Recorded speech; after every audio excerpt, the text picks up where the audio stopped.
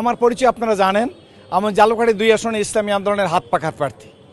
আমি ইসলামকে শান্তির ধর্ম, সৎ পথ, সত্যের জগতে আমি ফিরে আসছিলাম, কিন্তু আমি দেখলাম নির্বাচনে আইসা এখন আমার ঘরে ঘরে গিয়ে আমার পোস্টার ছেড়ছে, আমার ব্যানার ছেড়ছে, আমার ব্যানারকে ছিঁড়ে ফেলছে এবং ঘরে ঘরে গিয়ে বলছে হাত পাখার প্রার্থী সিরাজুল ইসলাম সিরাজ হিসেবে বসে গেছে।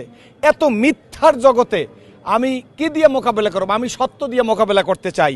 এ কারণে আমি মনের দুঃখে বলছি আমি এই সংগ্রামে থাকবো, আসি, আপনাদের সর্বাত্মক সহযোগিতা কামনা করি ইনশাল্লাহ।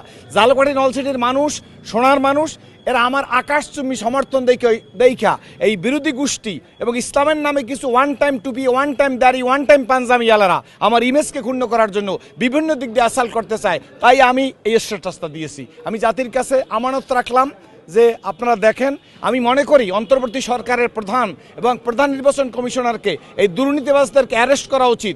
এদেরকে মুক্ত না করিয়া, সন্ত্রাস, চাঁদাবাজ, এদেরকে অ্যারেস্ট না করিয়া যদি নির্বাচনের দিকে যায়, সেই নির্বাচন কতটুকু সফল হবে আমি জানি না।